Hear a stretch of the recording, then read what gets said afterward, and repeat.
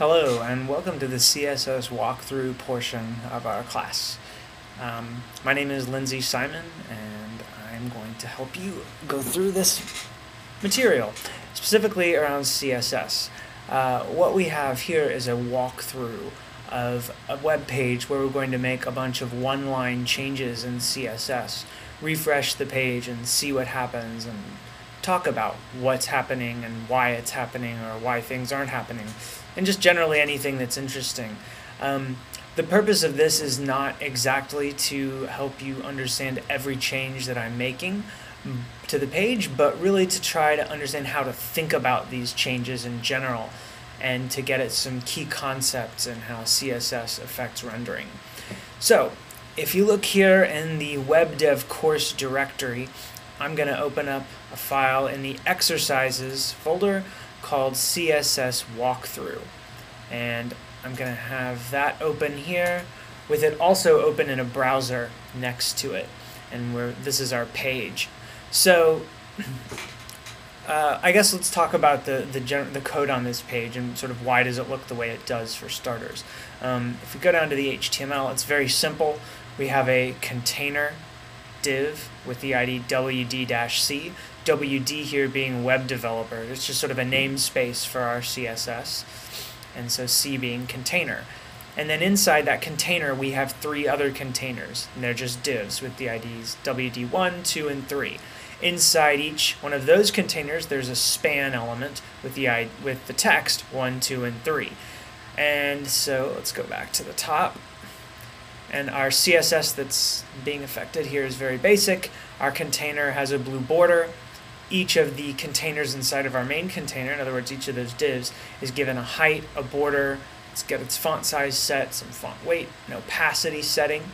And then individually, 1, 2, and 3 are given backgrounds. And TextMate's just decided to outline light blue, but there's nothing particularly wrong with it. And you can see it here in our browser, Firefox, that things have rendered like this.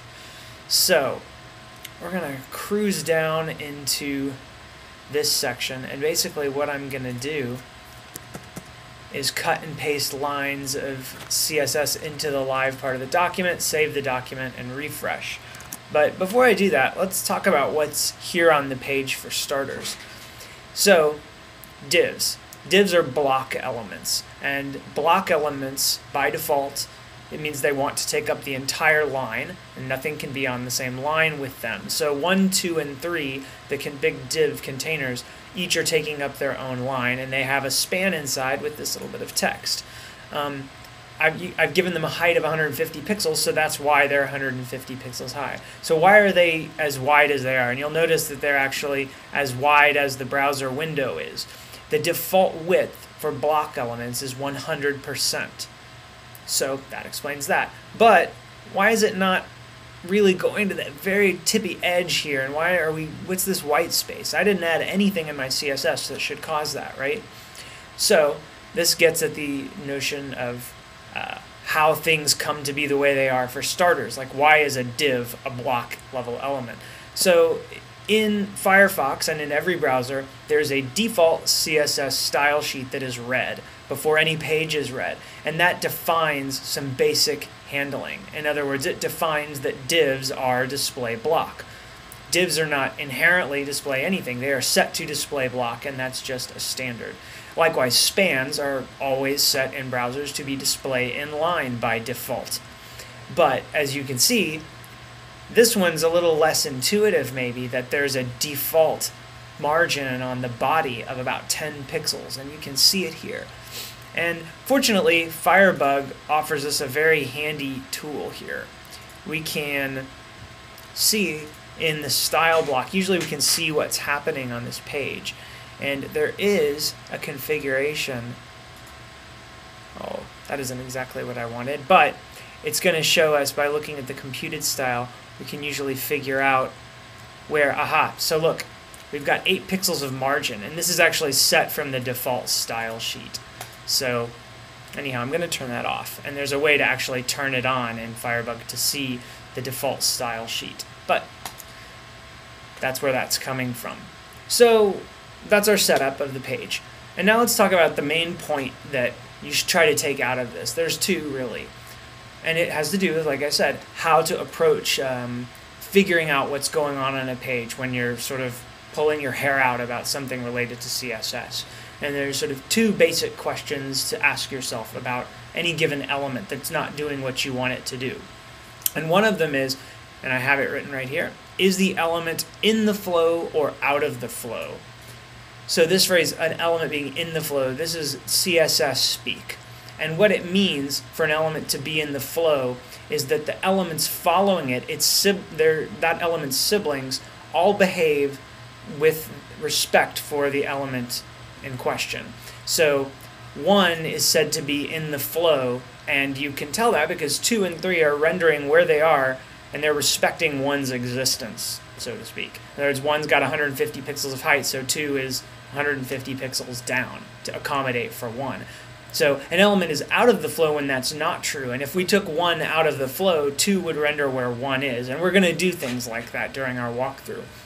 But that's what it means for an element to be in the flow, namely that its siblings know about its existence and render according to its rules, or render where it does based on the fact that it is there. So the next question is the element rendering in a block display context or an inline display context. And again, this is CSS speak, all of which you can find in the CSS spec.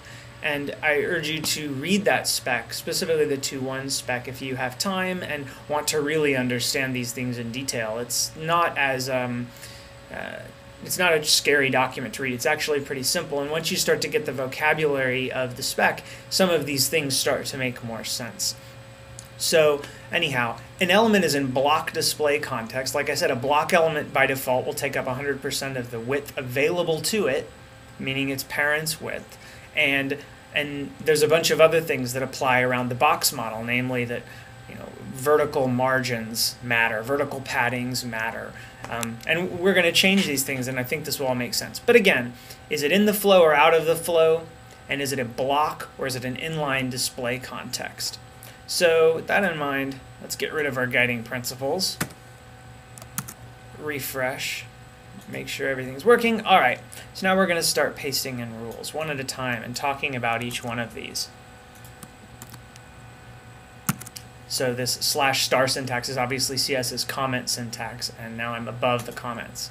So I've set the width for every div inside of an element with the ID WDC, and that's our 3 divs here. So now they each have height of 150 pixels and width of 150 pixels. But you'll notice that the container, the blue border here, the WDC has that blue border. That one is still 100% width. It doesn't shrink to contain its contents. And that's sort of an important concept here, is that divs and containers will always take 100% of their width, even if their children do not. So there is an effect in CSS called shrink wrapping, or rendering called shrink wrapping, where this does happen, and it happens in table cells specifically. But again, blocks don't do that, so you can see now we've got 150 by 150 squares. So now we're going to change all of these 3 divs to be display inline. And by default they're display block, but now they're going to become inline. And you notice a lot of things just happen, but probably the most obvious was that the width setting that I have on line 29 and our original height setting no longer have any meaning in an inline display context. And that's because inline display context means that an element consumes the width of its contents. In other words, you can think of inline display context meaning boxes for text, just general text. And this gets at one other concept that's pretty helpful when thinking about how rendering works in your browser. The browser draws boxes. It's a computer program that draws a bunch of boxes on the screen. So when you have a paragraph, say this paragraph in my comments, which says, during this part of the class, we're going to cut and paste. When the browser takes this piece of text, it doesn't draw a box around this text and just render it. It draws a box, and then it draws a box for every word, every non-spaced element. Kind of like this. And in every element has what's called an inline box, or an anonymous inline box if you didn't give it one. It's kind of like every piece of text you have has a span around it. So in an inline context, obviously width and height don't apply. And that's just the rule for inline. So even though we've said width 150 pixels, display inline overrides it. And this is called an inherited style. So we're going to talk about and look at a bunch of inherited styles and ways in which this can be, this happens in CSS. And when you know how display context affects other inherited styles, you'll understand why things you've done may or may not be working anymore. So we're going to go back now, and we're going to reset what we just did by changing it back to display block, refresh. Okay, good, things are normal. So now I'm going to add a rule, just one so you know it, Textaligncenter. It is the equivalent of the old school center tag, which you should not use. Textaligncenter says for number 2 here, and we're going to target 2 throughout this exercise since it's in the middle of 1 and 3. It's going to be interesting. But Textaligncenter says any text in 2 should align to the center. And there you see it. So I'm going to use Firebug a couple times in this demo to explain a few things. But here, if I hover over the span element, you can see that 2, the span, is no bigger than it was. It still just contains the number 2, but it is aligned in the middle of the box that has the ID WD2. So WD2 has Textaligncenter, therefore text inside of it, span, goes to the middle. I didn't explain it, but Firebug is a Firefox extension that if you start to do this kind of development, or even if you don't, you just want to learn things, is incredibly handy. To look at our box 2 here, you can see it shows us, and it draws for me as I mouse around, this 150, 150, which we have set here, drawing it. And it also points out another interesting fact, which is around the box model. You can see this is the box model. And this is the best way for you to learn and understand the box model, is probably to play with Firebug and some of your pages. But if I were to say, what's the width of this WD2 element, it would not actually be 150 pixels. 150 pixels refers to the content block. So go back to your box model and look at the content block, and then you have padding, and then you have border. And border is part of the box. So really, the sort of real width of this box is 152 pixels. So good for understanding the way this width setting works for real in CSS, is to look at the box model. So now I want to just set WD2 to be display inline. We're going to go back and change another display setting.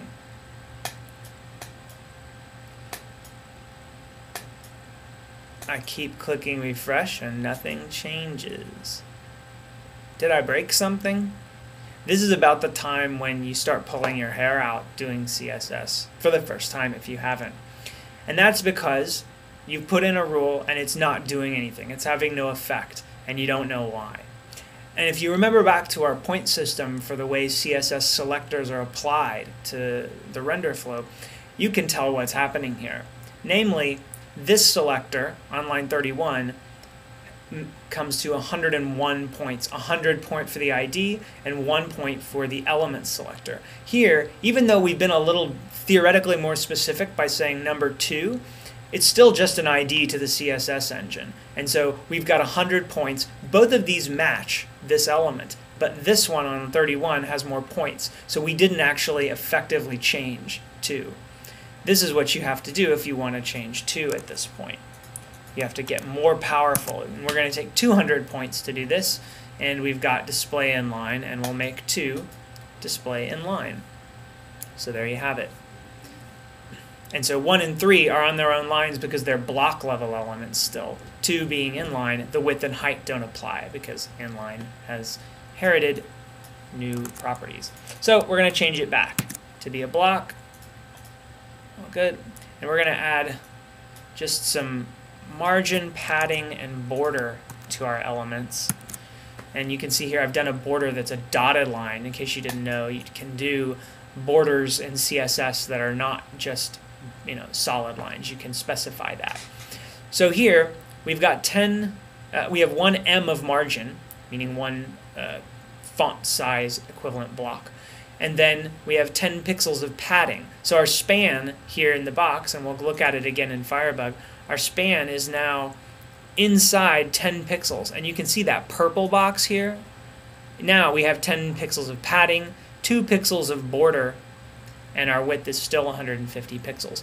But one thing you can see here right off the bat that's interesting is between 1 and 2, shouldn't there be more space between 1 and 2? I mean, it looks like I see this yellow box that's the margin, which is 24 pixels, 1em here, and it's doing something called collapsing. And that's because in block display context, vertical margins collapse. This is just part of the spec, and it's a good thing to know. So, know that. All right, so we're going to change another kind of property called visibility, and we're going to change 2. And if I refresh, 2's visibility is now hidden. And so if we were going to go back to our guiding principles here for the class, we would say that 2 is still technically in the flow. And I would say that because 3 has rendered exactly where it did when 2 was visible. So 2 is still in the flow. And it's still a block display context. It's taking up all the space it would have if it were visible. It's just not visible. So visibility is a pretty handy thing to play with when you want to make something invisible but preserve space for it. The contrast to visibility hidden is visibility visible, and it is the default. So there's another way to make an element disappear on the screen, and that is with DisplayNone. So we're going to set 2 to be DisplayNone. And so now you would say 2 is out of the flow, and 3 has rendered irregardless to 2's existence. Even though it's in our HTML document, it's not on the screen, and 3 is now where 2, exactly where 2 was. So DisplayNone is a very powerful and useful tool for doing all sorts of things with your applications, but as far as rendering, it takes an element out of the flow. And there we have it, back to block. So there are other ways to take an element out of the flow, and one of them is the position. So we're going to set 2's position to be absolute. And in absolute positioning, you can see because of the opacity here, 3 is still has rendered just where 2 is exactly. But in absolute positioning, 2 is still visible, and in fact it's now on top of 3. So we would say 2 is out of the flow, but it is visible. With position absolute, you can do a whole bunch of pretty handy things, like move this element all over the screen. So we'll do that. And what it means when you say position absolute is it is positioned absolute in respect to its first parent with position. And in this case, that's the body. So there are other ways you can take advantage of that fact, but I'm not going to get into it. But here I set right to be 0. And so 2 moved to where the right edge of 2 is at 0. But it doesn't look like it's at 0, does it? It's sitting here, and there's this gap, which actually looks like exactly 1em of gap. Where could that be coming from? And it's coming from our margin. So technically, 2 really is at 0. The box model here ends where margin ends, not where border ends. So the fact that visually it doesn't look like it's there doesn't mean it actually isn't. So we're going to take away the margin, and now 2 will go right up to the corner edge. And there we have it. We're hugging the line now. And you can set top as well. And we're going to say 20 pixels from the top of the Chrome. And there we are, 20 pixels from the top of the Chrome. Just for fun, so that you can see it, if you try setting top and bottom, this doesn't actually work, right? Because it's not possible for these things to all be true at the moment. In other words, it can't have 150 pixels of height and be at 20 pixels from the top and 20 pixels from the bottom. So we're going to use a magic CSS keyword, the auto keyword, which says, pretend I didn't set you top, and so now bottom can apply. And there we go, 20 pixels from the bottom. So that's pretty handy. I'm going to set bottom back to be auto, refresh, we're back where we started, and put back our margin, and make our position back to the default, which is static. Static positioning is the default. So that one's pretty handy to know about position. Position's very powerful. There's another kind of position, which is relative position. And if I just refresh with relative positioning, 3 didn't move up to where 2 is, right? But technically, you can think of this as sort of a series of passes, and that's why I'm saying think about this language when you talk about it. 2 is, in this initial render, in the flow, because 3 is rendered as if 2 is there. But if I now set top and left coordinates with position relative set, and I refresh, it's moving, and 3 didn't move just because 2 moved. Actually, 2 can now overlap 3. So to that end, 2 is out of the flow.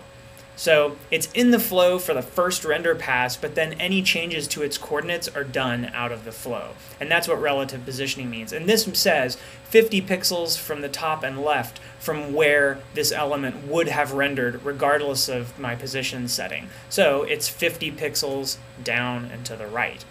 So that's how you move an element based on where it might have been. And this is useful if you need to move something just a couple of pixels one way or another from where it happens to be rendering on the screen. But you probably should be careful with position relative because it can cause a variety of other things to happen that you may not want to happen by virtue of the fact that you've now taken it out of the flow.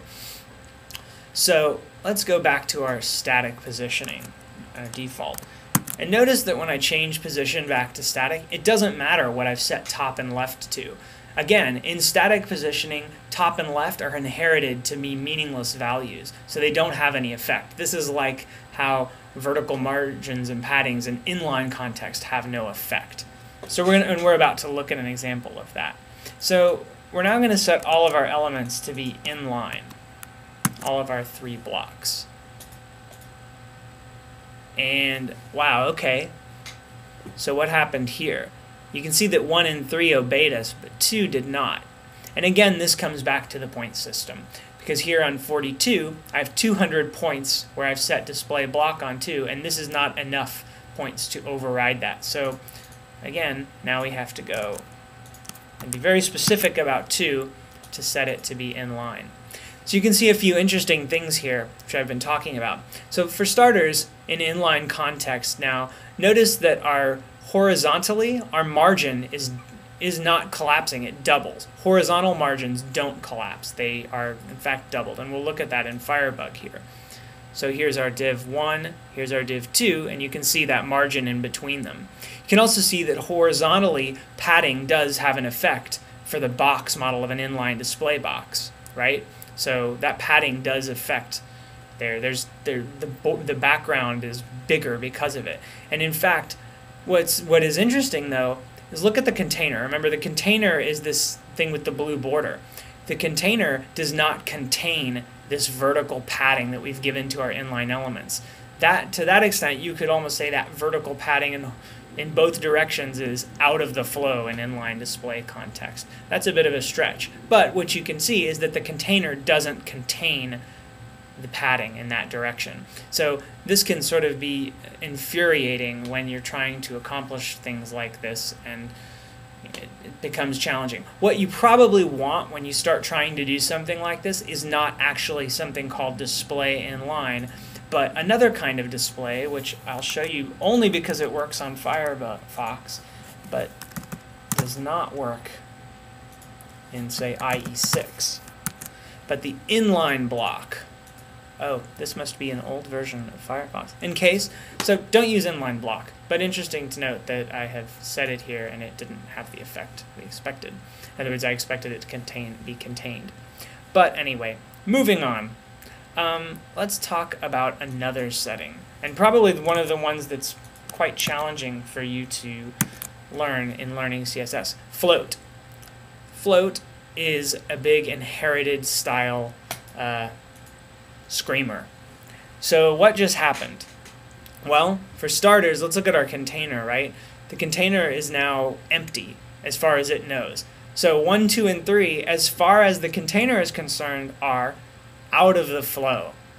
It doesn't know about their existence. So WDC has no height, which is very goofy, right? Because we can very clearly see that 1, 2, and 3, which were previously inline, are now, they're what? They're in a block display context. And what that means is, right, that they're in a block display context, their width and heights are applying, the margins are applying, the paddings are applying, but they're not quite block display context because they don't take up the whole line in terms of what's called clearing. So when we say that a div is on its line by itself, it is by default, it has a property of clear both. And for starters, it's taking up 100%, but when you make the width less, it still clears in both directions. But float boxes are block display boxes which do not clear on both sides. So what that means is that 1, 2, and 3 all are allowed to shift to the top left of where they would be in their parent container, but float left says allow contents to flow along the right side of me. And originally what this was meant to accomplish is the equivalent of when you have an image tag in sort of old school HTML and you use the V space and H space attributes. If you've ever done that, that's really nice because it makes text wrap around your image. And that basically is the same thing as a float. That means your box has size, but it's taken out of the flow in respect to its parent, and things are allowed to flow alongside it. So we can adjust that behavior as well by taking 2 here and telling 2 to clear on the left side. And what that means is 2 now doesn't want to have anything on its left. It's going to jump lines because it won't, even though 1 says, hey 2, you can be alongside my right, 2 says, I don't want to be on your right because I don't want to have anything on my left. So it's kind of mean. But 2's now jumped, and we can do the same thing to 3. Now 3 has jumped lines, and now we've created an absolute bastardization of where we started. And a few interesting things to note. In float display context, notice that vertical margins here do apply. That's one interesting thing to note. Yeah, that's float. It means that the box is in display block context, but that it allows contents to flow alongside it. So hopefully what you've gotten a taste of here is a bunch of ways to change a page and look at the changes, look at the elements in question, and a way to go, ask yourself, what's happening? Why did this happen? And ask yourself, is the element in the flow? And is it in the display or inline context? It'll help you answer questions around the margins, the paddings, and why a parent container may or may not contain that element in question. So I hope this was useful and infuriating, and if you have questions, feel free to email us at ux-webdev, and thank you much.